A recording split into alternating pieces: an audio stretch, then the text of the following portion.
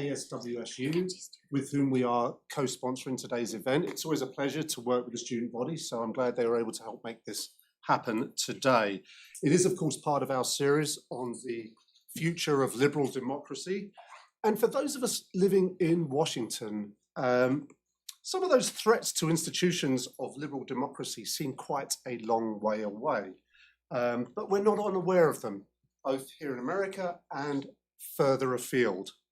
And I think that here in Washington, we're quite lucky to have an institution that helps us to secure open and democratic elections of the state, or in the state, and that is our Secretary of State's office. Today, we will hear from our 16th Secretary of State, Steve Hobbs, who is the third Secretary of State from Washington to speak here at the Institute. We've had a long and fruitful partnership, and it's been a terrific one with the Secretary of State's office, which I thank you for. Really appreciate it.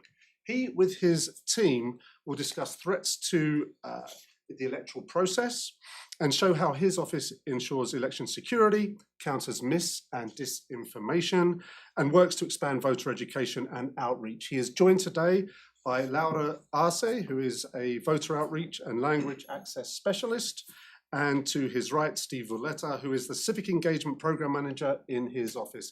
Please join me in welcoming our guests.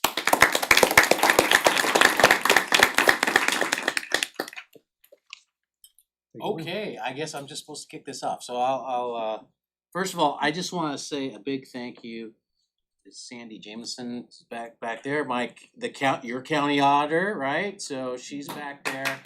And why this is important is because it's the counties that actually run the elections at the ground level. I won't take up a lot of time.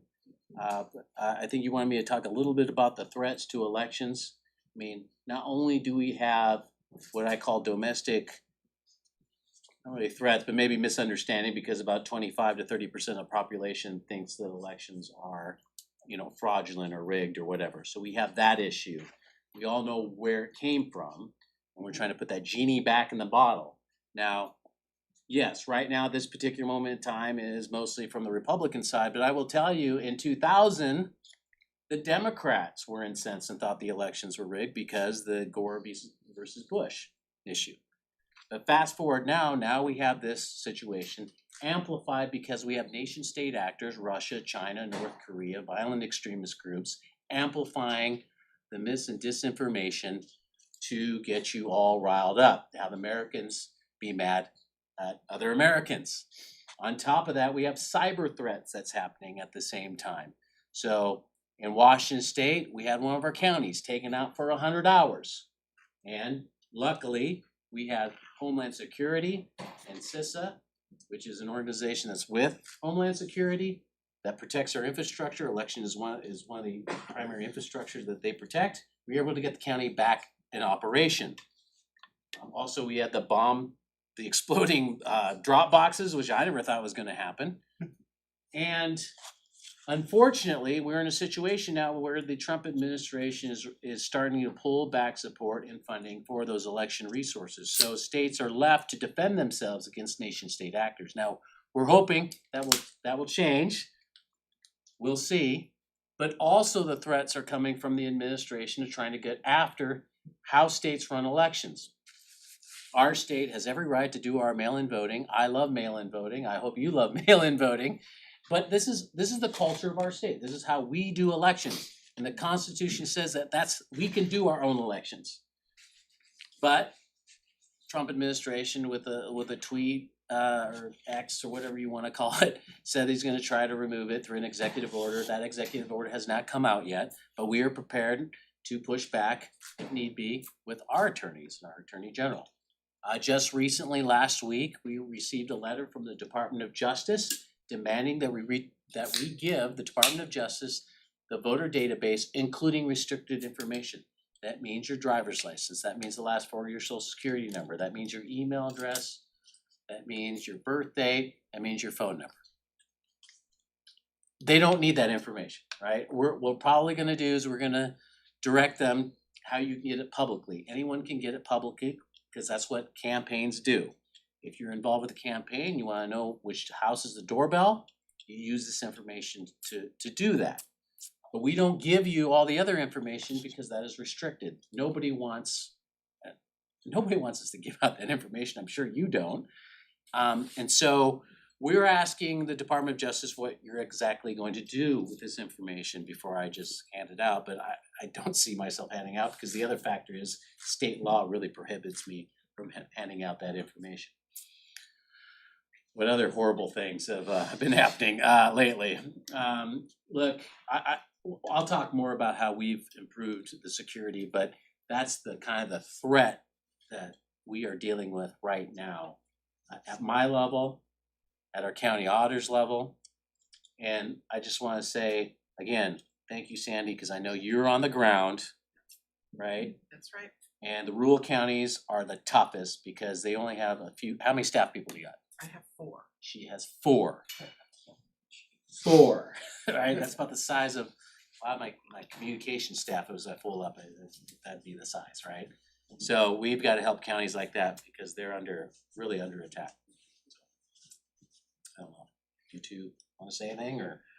So yeah, I'll go and talk a little bit about my program. Once again, I'm Steve Vuleta. I'm the Civic Engagement Program Manager, and part of Elections Trust that kind of goes hand in hand with election security is the idea that everyone here, citizen and even non-citizen to a degree, they can't vote, but they can still be a part of their community and be active, is a part of the fabric of our society. And as we like to say, democracy is a team sport, and we need everybody to take the field.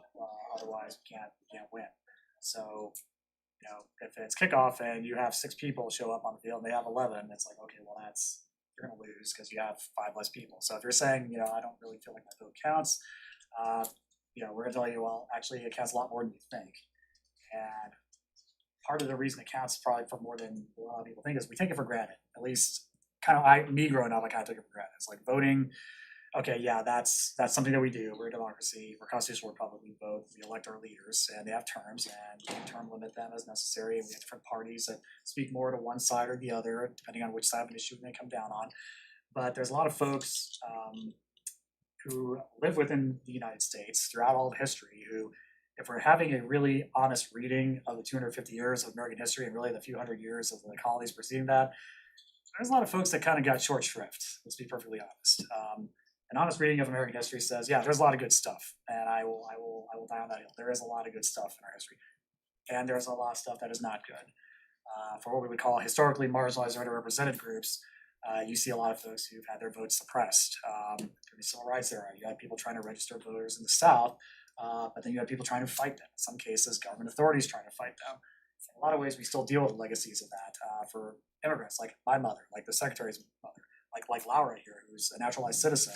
Like, there are barriers to, once you even have your citizenship, to ensure that, okay, now I can be registered to vote. In Washington, they're pretty low compared to a lot of the other states. And I've lived in a lot of states, some in the South. I'll be honest, they're not nearly as the barriers are much more strict there, even for ordinary people who may have been born and raised in their state in the U.S. And so what my program does is we make a special effort to reach out to the groups who have been historically marginalized or underrepresented. We have 3 main lines of effort. One is communities of color, which is very, very, very broad. As Secretary Hobbs can tell you, we are in a bit of a budget crisis right now with the state government. But this program is so important to him that we're holding on to it because we want to reach these folks. And I have one specialist who does communities of color, and I, as a person of color myself, do outreach to that community.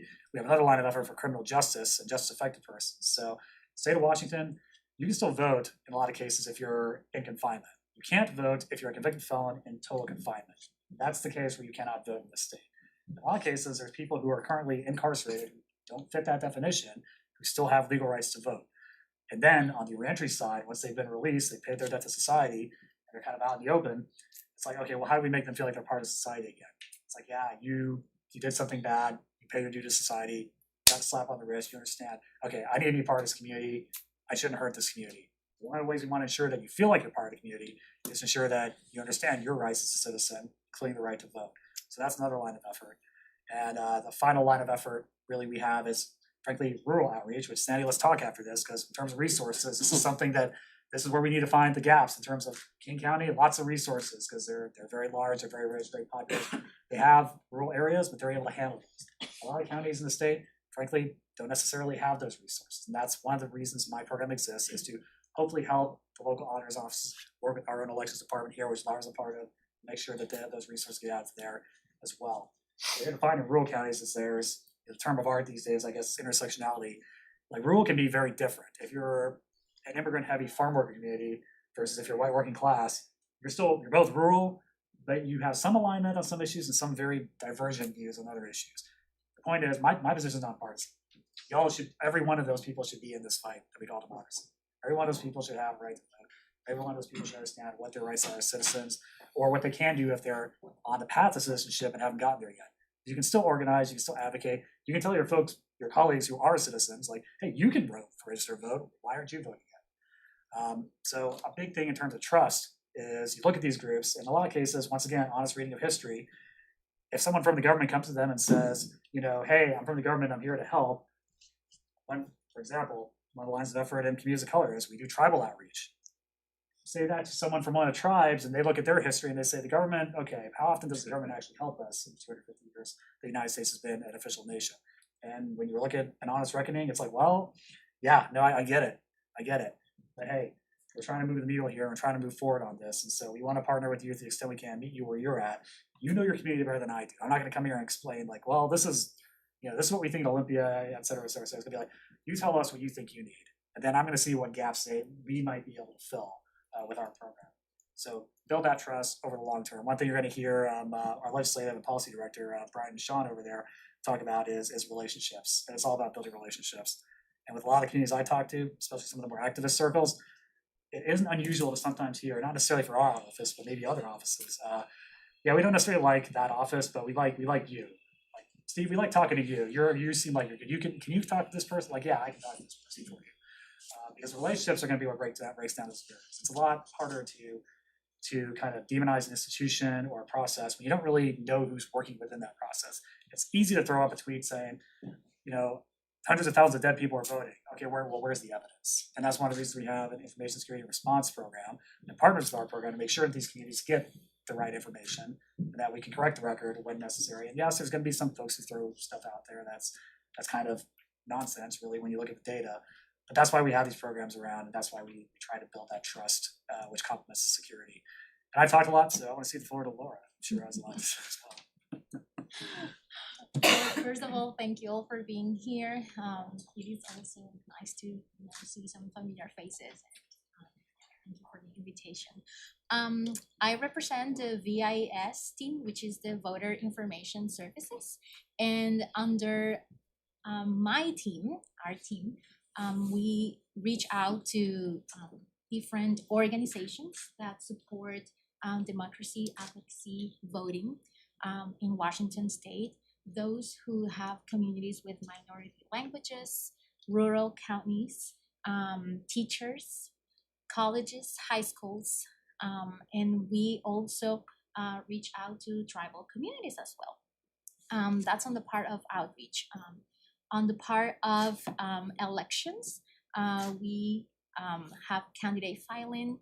We have the VOTWA, which is the voter registration portal for the Washington State, where everyone can go and register to vote, update your information, track your ballot, see who are your elected officials. All the information there. If you need to change your address before an election, or if you're not sure who are your elected officials and you want to know more about them, you can find all the information. We also reach out to disabilities communities. I am the chair of the Disability Advisory Committee, and it's a committee that meets with organizations and county offices, and we just try to make plans for how to serve better these communities as well, because every vote counts, as both Steves were saying. Every vote counts, and it is important. In terms of security with the elections, we have this what we call different tests, like before the election, during the election, and after the election. For example, as a personal experience, I've been told to track elections when it's the election night.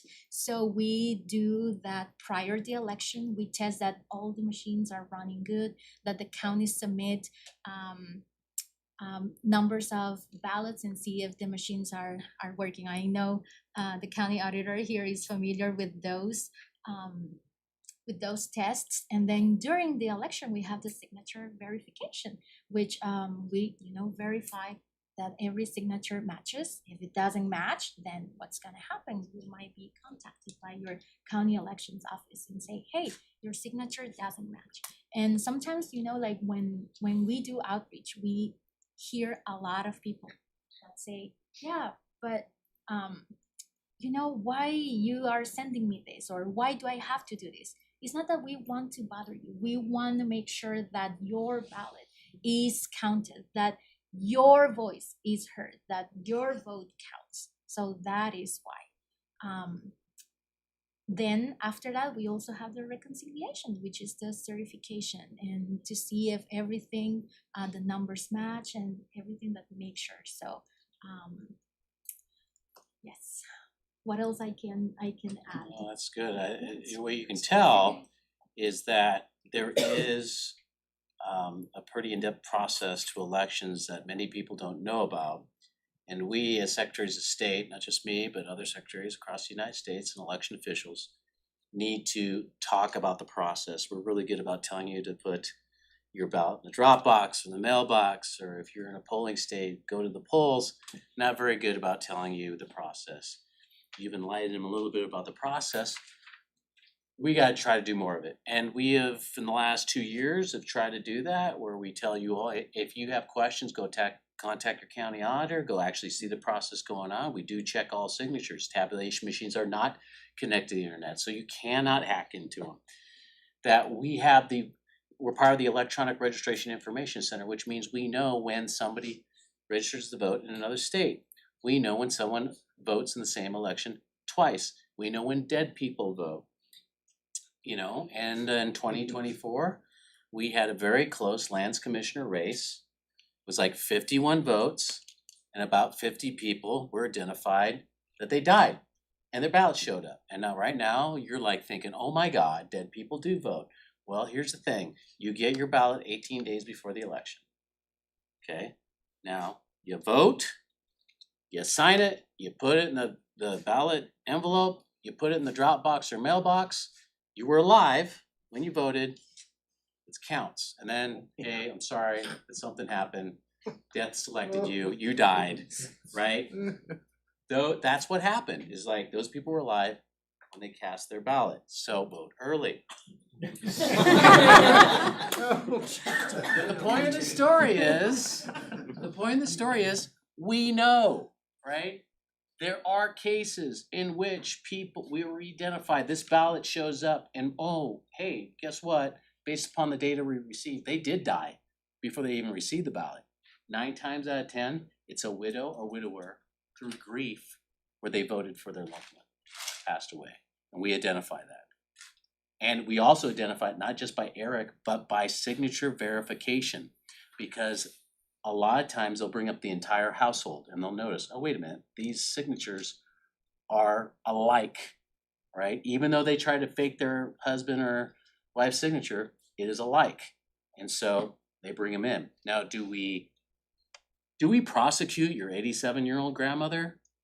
No, but she's not gonna do it again, all right? There are people that do get prosecuted. Lewis County was telling us about someone who purposely voted in the same election twice, and they're gonna get prosecuted. But guess what? I'm guessing that you probably didn't know about that. And we gotta do a better job of informing the public about elections, because we failed to do that for decades, and we allowed a false narrative to take hold. And now we have nation state actors taking that information and enhancing it, inflaming it, and now we're in this situation. So I'll open up the questions, or if you have a question or. I'll jump straight in with a question, actually. I did see you had a very spirited defense of our mail-in voting system. here. And I have to say, speaking as someone who became an American, I'm an American teenager at the moment. I became an American in 2008. And I've been very pleased, although I miss going in person, I've been very pleased to vote with a mail-in ballot. And I've always vote. It's something you can't take lightly. But you had to make this spirited defense against national state actors. And I wonder if you could maybe talk a little bit about the implications of someone just saying, oh, we're going to stop you being able to do that. Yeah, what that does is it gets this segment of the population who they don't like mail-in voting or they distrust elections. That gets them fired up. And then what ends up happening too is, again, nation state actors will jump in and try to enhance these negative messages. And which is why the office does scan social media. We use logically AI. We don't target individuals, but what we will do is we'll receive a report that says the message of, well, I'll say mail-in voting. We'll say that the elections are being hacked. Let's say that's the critical mass of social media. It hit like 10,000 likes or shares or whatever. We will know at that particular moment, it's like, okay, we gotta do something about this. So we will immediately energize our social media. We will contact the news media, our partners like the League of Women's Voters, county auditors, colleges and universities, and get the word out. It's like, hey, let's make sure we let the people know that the tabulation machines are not connecting to the internet. You can't hack in the elections. Please spread the word. We don't go after the person because that's not effective, right? The way we put the genie back in the bottle is we combat mis and disinformation with the truth. We don't attack the individual. We don't really do that. And also, because you're all here listening to me, I have deputized you defenders of democracy. You get no pay. There's no badge. Just my thanks to all of you for doing that. So that in Thanksgiving, when your crazy uncle comes in there and talks about dead people voting, you say, no, that's not true, because I was at this seminar here, and I heard that we have Eric.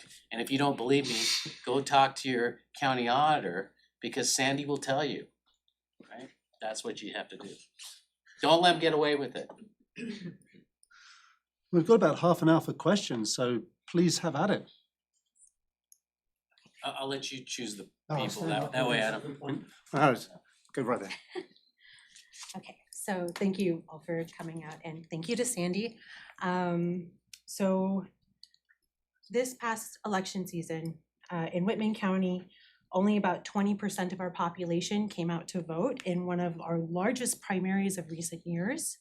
In city council alone, there were about 21 candidates across 3 wards, 2 of which are sitting in this room, at least 2. But This is just recently. this is last just big recently, act. this last primary, yeah. voting for the upcoming vote in November. And you know, some of us were students and we want to see more voter empowerment, we want to see more engagement. Currently, we're relying on the League of Women Voters to set up shop in the Cub or wherever else they choose to set up on the mall. And the Center for Civic Engagement when they do their Get Out the Vote campaign. It's not often, and it's typically not for like a week at a time. And so I think a lot of us miss it. But what can we do as everyday citizens to be better about encouraging our peers and those around us to vote? And are there any other effective ways that you've witnessed over the years that were more successful than others? So we had this question earlier today, and usually it's that segment of the population, usually younger, that's not engaged. And that's been a problem since I was a youngster. And so we just got to constantly get at it, think outside the box. So that's why we're going to places like PAX or Emerald City Comic-Con. I stood up the CEP program, which Steve is a part of. So we go out to communities of color. We'll go to tribal events. We go to the Holy Festival the Indian community does. So we are trying to be more proactive than we were before. It is a struggle because of budget cuts. And if any of you know of an event that you would like us to be at, these two would be more than happy to try to be there for the event to get you all, to get the community energized. But guess what? I really rely on you. Remember, I have already deputized you as defenders of democracy. And the way you get people to vote is you gotta talk to other people at the grassroots level. Cause I don't have enough resources to get people energized. I don't know if you wanna. Yes, I would like to add to that well, today is National Voter Registration Day, so I think it's the best day to talk about engagement and voting and the importance of doing it.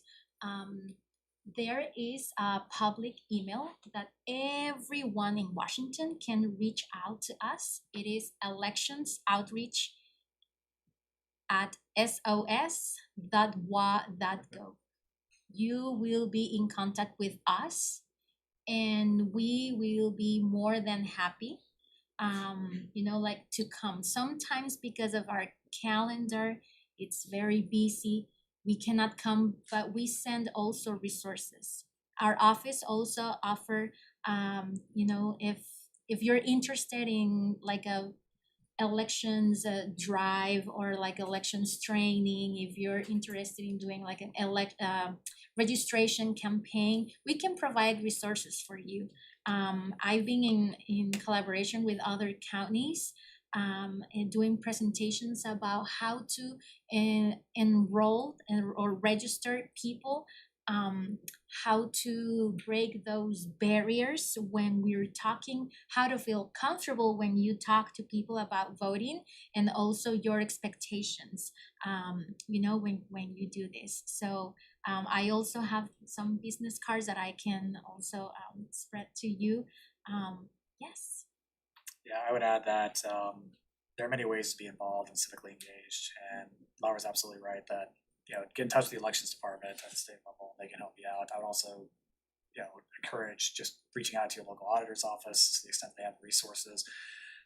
We have limited resources too, but that's where kind of an implied task of my program is when the traditional outreach team is saturated, it's like, okay, we can kind of jump in there too. Like a lot of what we do is more relationship building and civic education. And then when we need to do the registration drives, so we passed off to Laura and her team to do the actual registration and kind of the nuts and bolts of getting people enrolled in there. But we also do civics workshops, which is a good way to kind of get people thinking about things. We usually do it in partnership with libraries, a lot of our rural counties. We had some really good turnout recently. Follow us on social media, by the way, the office, because you can see all the updates for National Registration Day, when our team is in town doing a workshop at your local library, when the VIS team is out there doing an outreach event.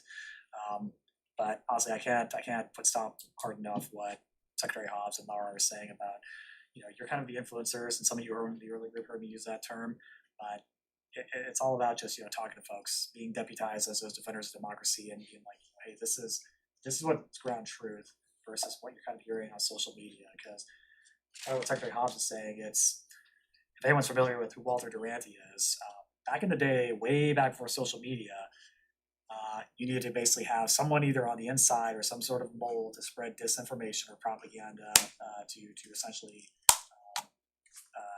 bring the government to a standstill, bring democracy in this country to kind of like a standstill, or put out misinformation that would make us kind of question what we're seeing. Walter Durante was a New York Times journalist, on payroll for the Soviet Union, was a sympathizer, and was putting out stuff that was not accurate, basically saying, hey, Stalin's not so bad, he's great. And people are like, okay, well, that doesn't, okay, but the New York Times is saying it. I don't illustrate that point specifically because, for that specific historical instance, to say that, communism, whatever. The issue is that you have to get somebody like Walter Durante into a place like the New York Times to spread disinformation, which is really hard to do, actually. You need to either find someone sympathetic or you need to plant them in there, like 007 style. These days, I could just be a troll sitting in my mom's basement in Moscow in some post-Soviet apartment flat and be like, I'm just gonna put this on Twitter and it's gonna blow up. I'm gonna put this on TikTok. I'm gonna throw this on Instagram, and it's like, it does not. The cost to actually cause a lot of damage via disinformation is very low for adversaries. So I think a lot of people are kind of focused on the domestic political discourse, for lack of a better term. But just be aware that if you use Reddit, I don't know if y'all are still using Reddit. Maybe I'm dating myself, but if you go, your account's like 30 days old. Yeah, that's a little weird, isn't it? They've only posted here, and it's all very inflammatory. Use that same skepticism when looking at anything on social media, especially when it agrees with something a little too closely to what you're looking at. And if someone's coming at you, your crazy uncle, for example, with stuff, it's like, where'd you get that info? I saw it on Facebook. He's really dating himself, but okay, let's do a little bit digging in that too, and see where that is. It's telling the truth, sticking with the truth, not attacking the person. Like, I have people in my own circle, professionally and personally, who spread that stuff, and I'm always like, well, no, it's this. It's like, well, no, that's just a different belief. Well, no, the facts are this. I'm not attacking you personally. I'm saying, I've seen this. Heck, if you're, one thing that I think both Laura and Secretary Hobbs will say is, if you run into someone who's skeptical, hey, they can volunteer to be an observer at the next election. That's something that they can do. They can actually come and be like part of the team, so to speak. Be like, I want to see this stuff firsthand. And that goes across anyone on the political spectrum who has any questions, just like, hey, I just want to see how this stuff is done. Or I just want to verify that what I think is happening is actually happening. You can participate directly. You can come in and be an observer in the next election. So I'd encourage, there's a lot of tools out there for you to use. Use our business cards, reach out to us. We are going to continue to fight the good fight to get that 20% as high as we possibly can, and hopefully higher in the years coming. It's an old problem, but that just means it's a hard problem, and we're here to solve hard problems. So Visit our website. We have a lot of resources there for the community in different languages also. And I'll just add on top of that, that if anyone wants to intern in such a place, I think we could probably help make something happen. So anyone who's interested in that going down the line, come and speak to me and we can probably work something out. But now let's move to a question from Professor Chrisley. Hi, thank you so much for being here. Piggybacking a little bit off the previous question, I don't know if what I'm about to say is more of a statement than a question, but we know from the political science literature, at least in the United States, that young people tend to not vote, not because they don't care or not because they are not civically engaged, because, forgive me for using this term, but like, it's an adulting problem. We have like research to back this up. They were not taught physically how to vote, and it's not even enough to just register them because they don't know the steps that it takes. And I'm talking like very specifically the steps that it takes. So, if we look at other countries that have a higher youth rate, like we see that they have accomplished that through like automatic voter registration and through like going into the public schools and doing literally walking people step by step, almost like this is how you call a doctor to like set up your phone appointment. Like that's what it takes to get young people to know how to vote. And so I'm just curious, like kind of expanding off your previous answer, like if you knew about that research and like what part of what you're currently doing is like focused on that, or how we could maybe like expand what you're doing to target this just lack of awareness around how to physically do the act of voting versus just the motivation, which because young people are motivated, they just don't have that. Yeah, that is true. I've seen and heard about that. And one of the things that we do in our office, actually, your section does this, is the mock elections. The problem is they got to opt into it. I mean, it would be nice if the legislature would just tell them to do it. It doesn't take that much time. I would hope that they would do it. The other thing that, because I know of this problem, is trying to get young people energized so that when they become voting age adults, that they are more engaged, which is why we put more money into these programs. And the other thing that we're doing is going out. I purposely went to Emerald City Comic-Con and I went to PAX because there's a lot of young people there. And the other thing that we're looking at is, quite frankly, how we deliver the message of social media. I know that, I don't know if Amanda Taylor is still here or not, but she forces me to do social media stuff. That she understands and I don't understand, but it gets out to the young people. The other thing that we're trying to do, this is the 5th year I'm trying to do this, but government is slow, is we're trying to get a mobile game app that I envision this is where, you're in this universe, you can run for office, you're voting, maybe we throw in some civics questions, and all this voting and stuff that's happening affects the world. We are talking to some indie game developers and people in the industry to try to get this going. So we're trying to think outside the box and getting motivated to do that. The automatic voter registration is pretty much what's happening now. There is limitations. Oregon tried to pass a policy in which that happened, but then what ended up happening is they had a lot of ineligibles. that ended up being registered accidentally. We are looking at legislation, and I think it's next year or maybe, it was past this year, and I'm looking at my policy team. I think where you sign up for certain healthcare benefits and that you will be registered for that because those programs require you to indicate whether you are a citizen or not, you're eligible. So we're trying to push the envelope without breaking it. And so, yes, it's a huge problem. Yeah, it's been a problem for a while. If I can add a little bit more to that question, yes, we have the mock elections, and as the secretary said, that is like an optional thing that teachers can do. We also have a curriculum. It's like a civics curriculum that was created with the Office of the Superintendent Public Instruction, which is the OSPI.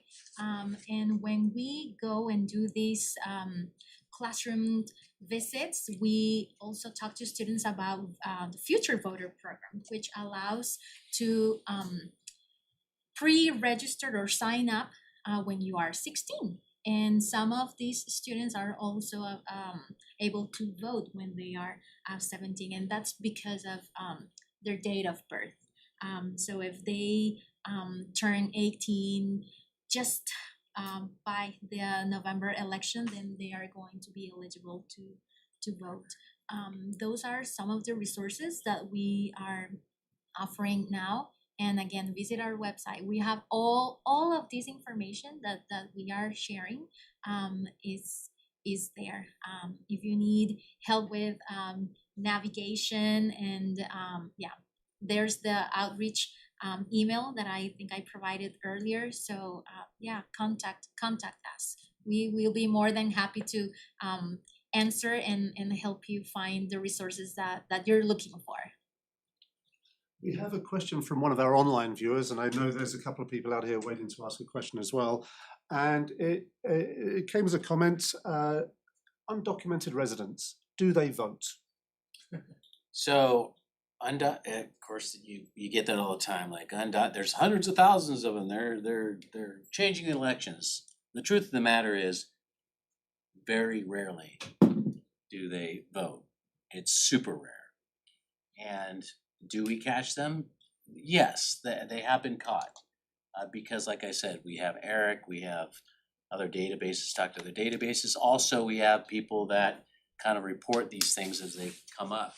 The issue that has come up recently is people who are registered to vote who are non-citizens. Does that happen?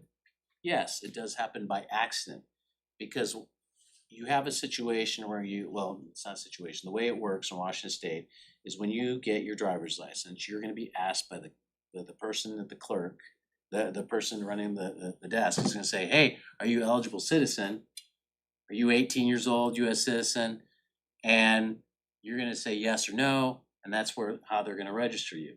You're also going to sign your name attesting to that. Okay. The failure occurs is when the person at the desk is not paying attention, accidentally registers the person, or the person who's getting their driver's license says, oh yeah, no, I'm a US citizen. Most non-citizens, I think I already talked about it, they're not gonna vote because they're gonna be either deported or put in prison. And it's a big risk. Now, when they get a ballot, because sometimes that happens, like I said, some people are accidentally registered, it's a traumatic event because they automatically think that they've broken the law. You don't break the law when you're registered, you break the law when you vote. And that's when a person who receives the ballot, they're not eligible, will contact the county auditor or contact the Secretary of State office to immediately get that removed because that is a detriment to their ability to become a citizen. And in fact, sometimes we have immigration attorneys contact the Secretary of State's office to ensure that their names are removed. So yeah, thank you for that question. Over here. Thank you guys for coming. I feel like when I talk to a lot of my friends or family members, they talk a lot about how if they live in a blue state and they're a person of the Democratic, they support the Democrat Party, they don't feel like their vote kind of counts because their state's always going to be blue anyways. Or maybe on the other side where I'll have a Republican friend that won't vote in their blue state because they feel like their vote won't win them that state anyways. And what would you guys say to those people that feel like it's just kind of insurmountable? Well, as someone who served in the state legislature, I will tell you that their vote does count because even though this is a blue state, I was in the minority at one point in recent history, so it does make a difference. You know, I'm a Democrat. I'm a moderate Democrat. If the Democrats continue moving further and further to the left, they're going to be out of power. I guarantee you that because that's what happened in history. And you can look at other cases where very blue states elected a Republican, either shifted their legislature or they shifted into the governor's office. In other cases, Hawaii, which is a extremely blue state, right? There are times in their history there's not a single Republican, either the Senate or the state house, but they elected Laura Lingle. Now this is back in the day, but still a very blue state. They elected Laura Lingle because the governor at the time, Gaetano, was very corrupt, moved way to the left, and the people of Hawaii were just done with it and elected him. So the other thing is you still have local elections and they matter. So you gotta stay involved. Yeah, I would add to that, like if we're talking like in Washington, which is a very blue state, because this actually comes up a lot in my program because we do rural outreach. So we talk to folks who said, well, it doesn't matter. Like, what does matter because the state legislature is going to lean Democrat, governor's going to be a Democrat. Like, okay, in all likelihood, yes, based on the current projections. But everything Secretary Hobbs said with Hawaii, like you can look at that. Everything he said about the local elections, even more important because how many counties actually, if you go like count of counties, how many counties in Washington are red or lean red? Right, the population as a whole, yeah, the whole state goes blue, but those local elections matter more than you think. Statistic that VIS likes to throw out, that Laura and Mooney gave to me, that I talk about is, we're an odd year election that is not a presidential, not a presidential year, obviously, it's not but we do have an election every year. We just had the primary, we have an election coming up. How many positions do you think had one or less candidate statewide, like all the way from the local, like cemetery commissioner, all the way up to governor? You want to hazard a guess how many positions had like one or less candidate? About 2,600. So my pitch to folks who feel like their vote doesn't count is like, well, they tend to come from more rural areas. I've heard that kind of in Washington, that kind of test. I'm like, well, how many positions are open on your city council, or how many elected offices are there that have one or less candidate? Because less than one is zero when it comes to candidates. I mean, there's literally nobody running for that right now. It's like, well, yeah, that doesn't make a difference. So I was like, well, I would beg to differ. Question that came up previously, Secretary Hobbs, was how do you kind of transition from being in the Army into politics? And I'm sure when you ran your first campaign, sir, you didn't think when you got in the Senate that you'd be sitting here as Secretary of State, just elected to another full term. So you don't know where that's going to go. So if you want to make a difference, I would say the statement used to be like all politics are local, and I think that actually holds more true now, even with kind of all the noise you're seeing, because you really learn how public service works at the local level, because you actually have to deliver for folks. People are less concerned about your party affiliation at that level than they are as you go further and further up, or where you lean ideologically. So you're solving local problems that they can actually see and touch and feel that affect them. So I would say not only does your vote count, but maybe your candidacy counts. If you really don't like the way things are going, hey, brother, sister, friend, maybe it's time for you to do a candidate filing training and run for office. Sometimes I think that we forget that on elections, we're not only voting for people. We also vote for measures. We vote for supporting schools, districts, and all those things in our community. So yes, people relate elections to elect people, but these local special elections that we just mentioned is about your community, your school districts, your measures. So a person doesn't have to fill out the complete ballot. You can only vote for the things that you think you want to vote, that impact or benefit your community, your kids if you're a parent, your school district if you're a teacher or a student, things like that. Well, I just got to follow up. So the great thing about this state is we've got the top two primary. So if you're, I get it, this is a blue state. If you're a Republican, it might suck for you. But the fact of the matter is that that's not gonna last forever. And two, you will get situations, which has happened in this state at the executive level, where you have two Democrats. One might be more moderate than the other. If you're a Republican and you stick to those Republican ideology and philosophy, pick the more moderate one.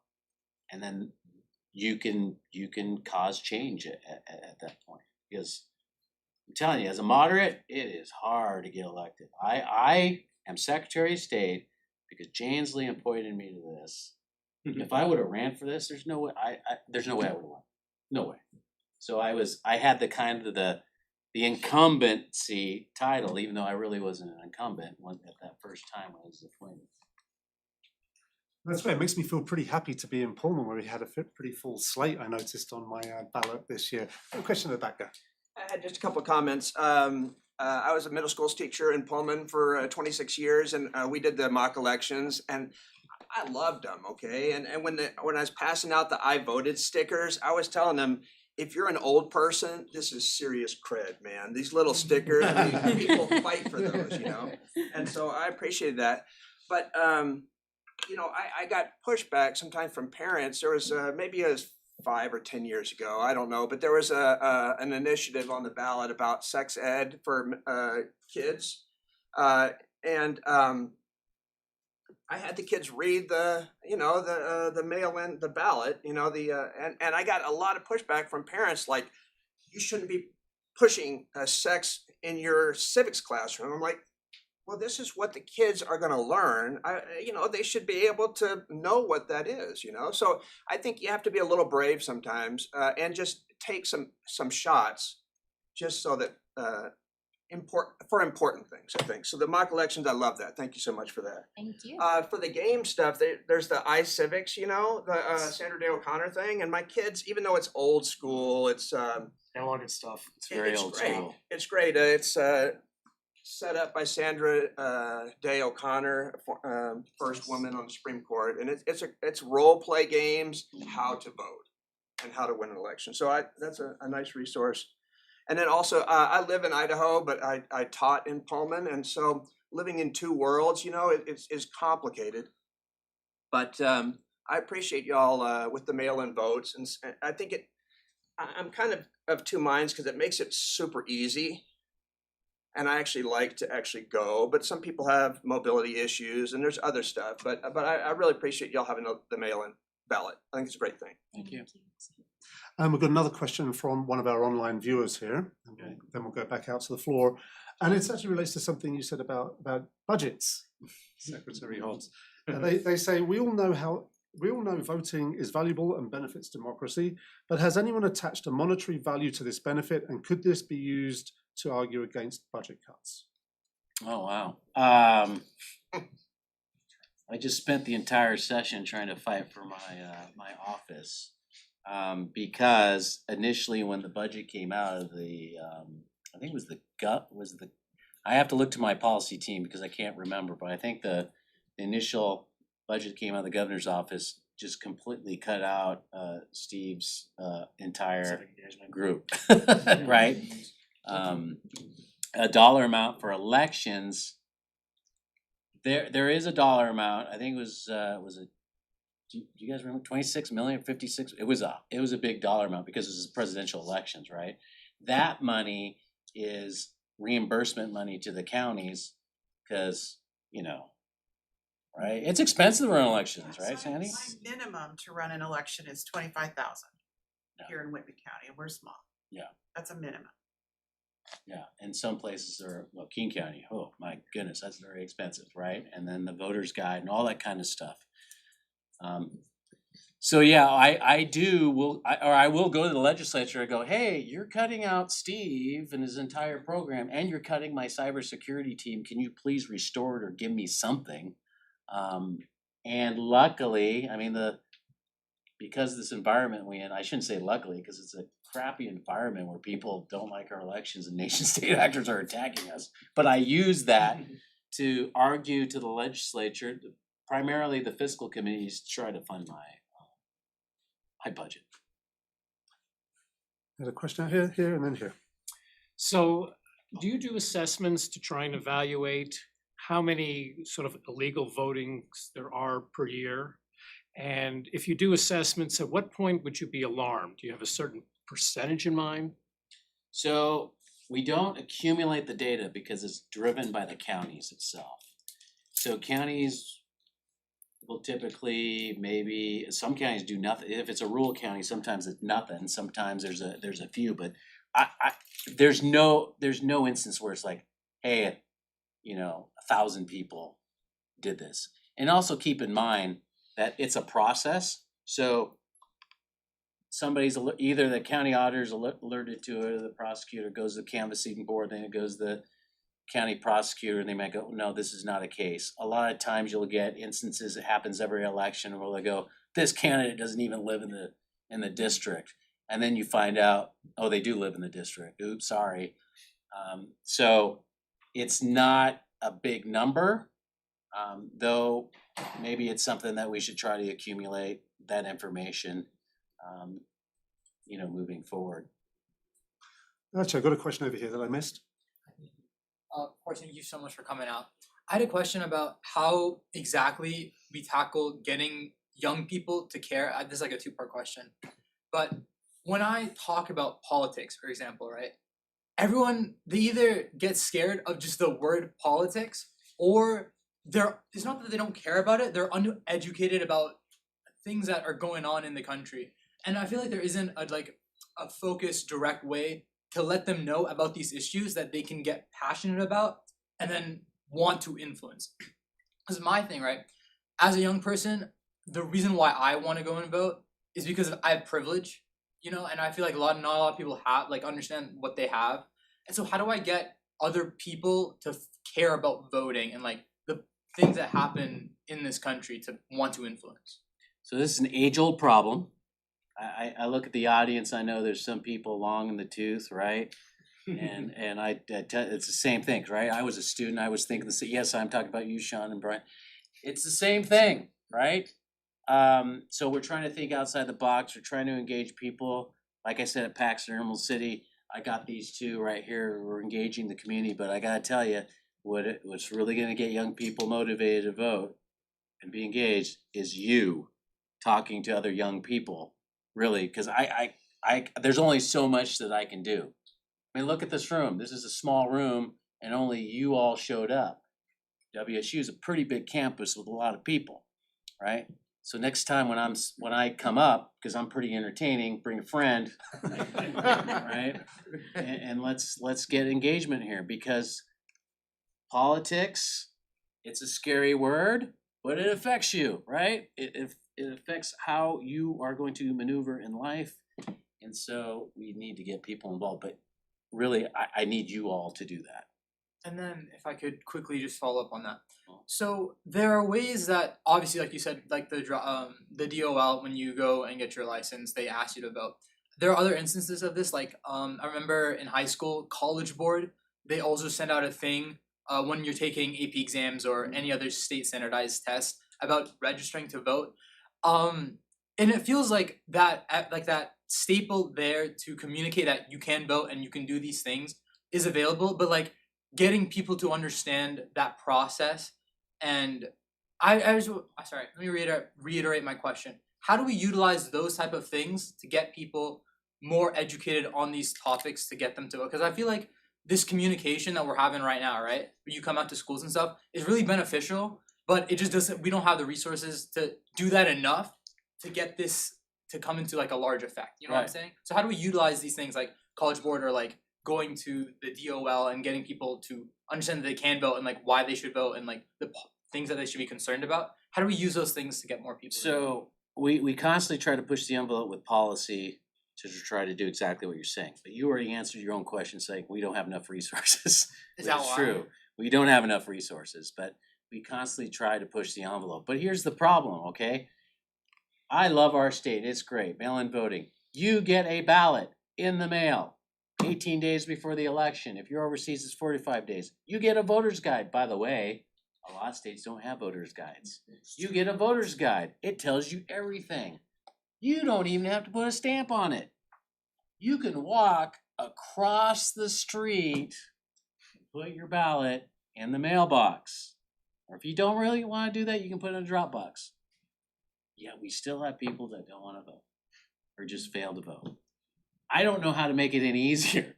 So I really need all of you to motivate people, and it starts, I think, Professor, you were saying, at the youth, right? Young, you gotta do it when you get kids, and those of you who do have kids, you gotta get them in the habit of voting. That's what I've done with my kids, and they don't miss election. Why? Because I tell them, you're gonna embarrass your dad. Don't do it. Okay. And unfortunately, there are things, in the system that we cannot control. I understand, the lack of civics education in the public system, For the sure. public education. I come from a country where since I was in kindergarten, I was, we were having mock elections, and the importance of having, a stable democracy and raising up your voice for the things that you care in your community. One thing, and there's also generational trauma about voting. There are some communities that left behind. So that's also things to get into account when trying to reach out to different populations. We have tribal communities, we have Hispanic communities, we have BIPOC communities that maybe a family. A member of their family had a negative experience, and so I passed this information. So we're also trying to break those chains. I am an immigrant, and years ago I couldn't vote, but when I was able to do it, that was really good. It is a really good feeling about having the privilege. I think you said it beautiful. Having the privilege. So if you have a member of your family that has passed these experiences, or sometimes other family members are not eligible to vote, but you are, then you be the chain. Be the change, and break that chain.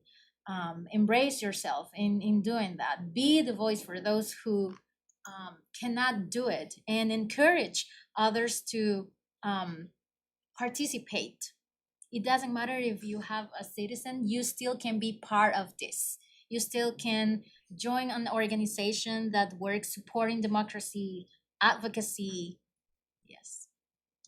And we have time for just one last question. I know Colin had his hand up, but maybe just time for a real quick question. Yeah, my question is, what are your thoughts on mandated voting like they do in Australia? Tough question, short question. Yeah, I don't. The problem is, I don't think people are ready for that. I don't think Americans are ready for it. They don't like being told what to do.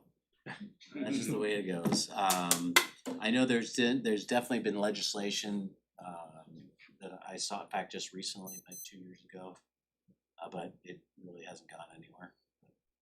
Maybe you could change it up, right? Those of you who are political scientists and want to go to public policy, maybe you change it instead of a penalty. Maybe it's like, oh, you get an additional tax break or something like that. That's the way. I think it's the way Americans would appreciate it. I think if you tell people to do it, they're just like, no, they won't do it. In fact, the voter turnout might go down.